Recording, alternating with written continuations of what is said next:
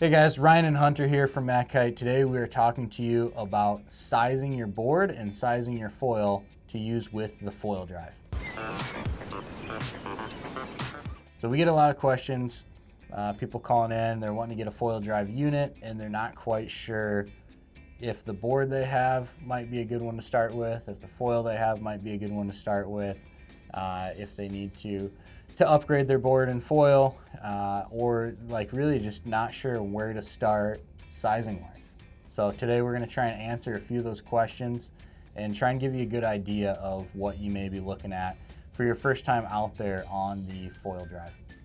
So starting out, I want to make note, kind of referencing someone in like the 170, 180 pound range. If you're heavier than that, you might want to go for a little bit larger sizes or on the large end of a range we give you. If you're lighter than that, you might want to look for the lower end of the size range we're given, or even go a little bit smaller. So just kind of take note, 170, 180 pound rider. And we're going to split this up into three kind of categories here, looking at beginner, intermediate, and advanced foiler. So beginner, I would say someone who has never foiled to maybe a couple hours on an e-foil. Yeah, maybe you've tried it behind the boat once or twice, but you're just still in that beginner learning phase. Yeah, you could be getting as far as getting up on the foil for a bit and then falling. I wouldn't say someone that's up and riding. I would say intermediate category would be someone who is up and riding. So if you're wake foiling, you're up and riding, you can ride no problem hanging onto the rope. Really, you're pulling into the wake behind the boat, dropping the rope. I would say that's kind of intermediate. Wing foiling. Wing foiling is what I was going to say. Yeah, wing foiling, I would say you're up and proficiently riding in both directions. Maybe starting to pull into a swell, starting to do some of your jibes. And then I would just go into advanced, like wake foiling. It'd be you're dropping the rope, you're riding that first wake, pump to the second wake, things like that. Yeah, and really with advanced, I would also say that you're probably foiling in multiple disciplines. So if you're wake foiling and you can pump around wake to wake transfer, and maybe you're a wing foiler as well, and you can ride the swell however long you want, or maybe even do like some prone foiling, just paddle in prone foiling. Yeah, for sure. But if you're in the advanced category, you've done a lot of foiling, likely you're doing multiple disciplines of foiling. That's kind of what we're defining as an advanced rider for the purposes of this video. So let's start out. Beginner rider, what are we looking at board sizing? We're aiming for something that's around, I would say at the minimum, 90 liters up to whatever you want to go. Maybe like that 120 is that secret zone in there. 90 to 120 is where you want to stay. And that can be anything ranging from a downwind board in that, or your chicken nugget wing board. Yeah, mid-length boards, maybe some larger mid-length boards. But really any board in that range will give you enough float to make it easier for you to learn. Exactly, and the longer and the skinnier the board is, the more efficient it's going to be, the quicker it's going to get up to the speed you need to be at for foiling. However, skinnier boards sometimes a little more difficult to balance on too. So a little less stable than those wing boards that might be in that same literage, so just keep that in mind. Yep. So you got to figure out what's right for you, but I would agree 100% in that like 90 to 110, 120 liter range is going to be good for most beginners getting into it. Yeah. In that 170, 180 pound range. So let's move on to intermediate. What do you think? Yeah, I think, just directly jumping down from that, you could go anywhere from like 50 liters to 70 liters would be, I think, the sweet spot there. Mm-hmm. That is typically going to be your mid-length board. Those, I would say a lot of brands have them nowadays. Those typical just sizes in the mid-length would be great for that intermediate rider. It'll be a little more playful than those bigger sizes, but also still has that literage to help you get up on foil a little easier. So yeah, for sure. I would agree. 50, 70 liters, somewhere in there. That mid-length is a real fun shape because it's easy to get up and still playful. A lot of the trench or channel boards that are coming out, you're finding in that range as well. Maybe not all the way up to 70 liters, but there's quite a few in that 50 liter range. So on the smaller end of that, you do have a lot of those as an option too, which can help a little bit when you're popping up on foil, but really the big advantage there is that it puts the foil closer to your feet, and I feel like you've got a lot greater feel on the foil when you're putting only an inch or two of foam between your foot and the top of the foil drive versus 3 or 4 or sometimes even a little bit more. Yeah, 100%. That is definitely the advantage of those trench boards, I think. So next category, advanced. You've been foiling for a while. You can pump around no problem. Advanced rider, probably riding in a few different disciplines.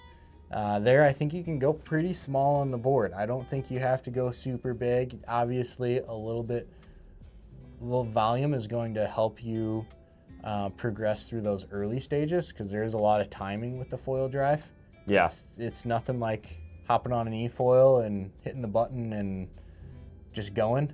For sure. It's a little bit more, I always say it's a little bit more like a kind of a slow surf pop-up almost, yeah, if you will. For sure. So I think that sweet spot in the size there would be maybe that 40 liter spot. It's like on the smaller side for mid-length boards. Maybe you're looking at a board that's like around 5.0, somewhere around there. But that'll help you still progress in it. You're not jumping too small where it becomes really difficult to get up, but I think that's kind of that sweet spot for that advanced rider. Right, yeah, I don't think you want to jump down to like those 30 liter really small boards. I know that there's some coming out specifically for foil drive in that size and with trenches, and I think what you get there is you get a board that's so small that you really need to have that timing down ahead of time before you go to that small of a board. So not one to start with, definitely closer to like that 40 liter plus range is going to give you a little bit of extra volume, a little extra buoyancy. But it'll still have that performance aspect to it where you'll have no problem pumping around, connecting waves, ripping turns. So I think that's also I would good agree, to note. 100%. Definitely good performance on those 40 liter boards, but still forgiving enough where you're able to play around and figure out your timing with popping up with the foil drive. Yeah, for sure. And then I think just running through what I started on, just as an example, I'm less than that reference weight that we had of 170 to 180. I'm around 155 pounds, but I started on a 110 liter board. I progressed from this pretty fast because I did know how to foil, but this was just me learning on the foil drive. I had this board, so I figured I'd give it a go as my first one just to hopefully not struggle. And it was really no problem getting up on the foil drive. So then I quickly just went down to a 75 liter board. I think it was like 5'5".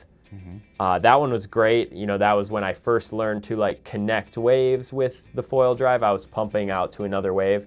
So that less literage of a board helped me progress more because I was able to still connect waves and everything. So if you're in that intermediate category, don't think it's impossible to connect waves and rip some turns, because you definitely can with those boards in that size, without a doubt.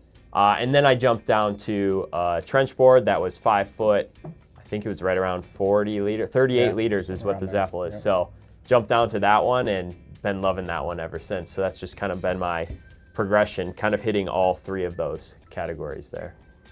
Yeah, for sure. And if you've got boards around that are a little bit larger that you can start on, huge advantage there, because there is a lot of time just figuring out your timing with it. Every time we get someone out new on the foil drive, and we sent a bunch of people out at our event here recently on it, and the ones that were able to get on a little bit bigger setup, you could see it's just a little more forgiving on popping up to their feet.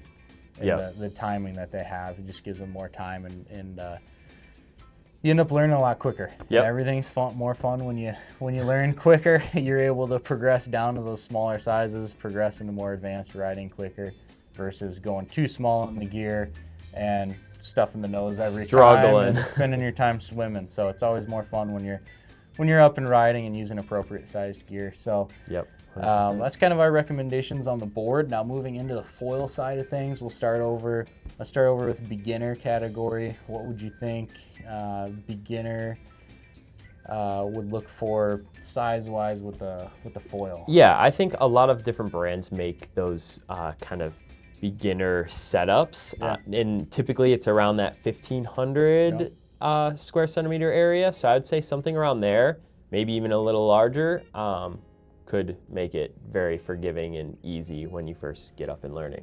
Yeah, for sure. I'd agree. I'd say 1,400 maybe on the smallest, up to 1,800, which is, I think there's a lot of crossover there with learning to wing foil, learning to wake foil. Yep. Like those are really common sizes to learn both those disciplines in. So if you've already done a little bit of foiling, those are real common sizes there.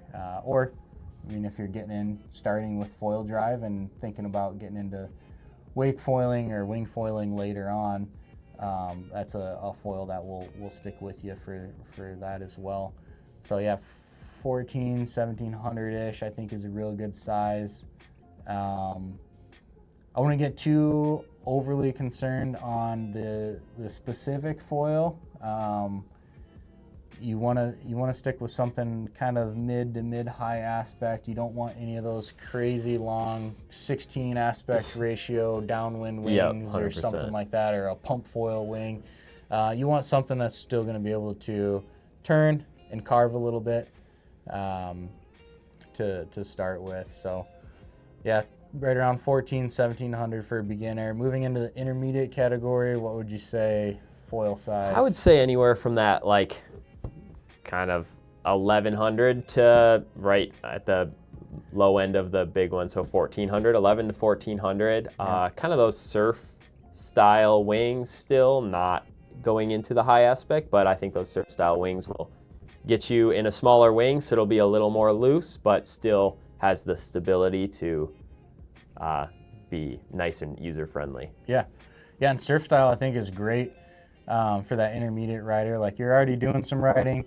Obviously, you're getting the foil drive, wanting to pull into some waves, some swell, and ride, and those wings are perfect for learning that. User-friendly, forgiving enough. You don't want to be on something that's too fast, doesn't turn well enough. Like it just is. It's a good blend. Yeah, and it doesn't just drop out of the sky if it's not at the right speed. So just all around user-friendly wings in that area right there. So. Yeah, so I'd agree with you. Somewhere in that 11 to 1,400 range, kind of surf style wing is perfect if you're an intermediate foiler already. You ride in at least one discipline and have it down pretty well. Maybe still working on some stuff. Maybe you want to pump further in the flat water, but you can ride a bit on a foil. Then I think you're looking at something in that range. Moving on to a more advanced rider. Doing a lot of different types of foiling, pretty proficient at each type of foiling. What do you think someone can get away starting with size-wise? I think really whatever you feel comfortable with, like under 1,000 square centimeters. You can even play around with the high aspect wings at this point, I think. Yeah, anything in that like 900 range or even lower if you've rode those, while winging or behind the boat or something, would be good to try out. Yeah, I'd agree with you. I would maybe bump up just a little bit bigger on the foil. Likely at this point you've got multiple foil wings to choose from already. Right. That would be the ideal situation if you're already foiling. But I would maybe bump up closer to like that 1,200 initially. But a lot of this comes into play with your pairing with your board. Right. So if you're an advanced foiler and you're starting on a 60 or 70 liter board, sure, go out on the 800, 900 wing. Like you're going to get that board speed to get up on that foil a lot easier than if you maybe picked a 35 or 40 liter board and you're trying to figure it out. Like you're just going to have to be more proficient on that smaller board, smaller wing combo. Yeah. So if you're going out as an advanced foiler, with, I would say, a board on the small size, upsize your foil a little bit If you're going out with a board that might be on the big size, because that's what you got laying around, then I think you're totally good to drop down into those smaller 800, 900 wings. Yeah. So yeah, I would say anything 800 to 1200, just depending on the board combination that you're putting with it. And you should have a pretty good feel from that, from riding in different disciplines of foiling, if that's you, or you're an advanced foiler and looking to figure out what kind of combination you want to rig up. For sure. Cool. So yeah, that was Ryan and Hunter here, just talking about what sizes you might want to consider to use for your board with the foil drive, for your foil with the foil drive. If you've got any questions, please give us a ring at the shop, shoot us an email. We'd love to help you out. There are a lot of options out there. It can be daunting, but we'll try and simplify it for you, get you set up with the right gear, and see you guys on the water.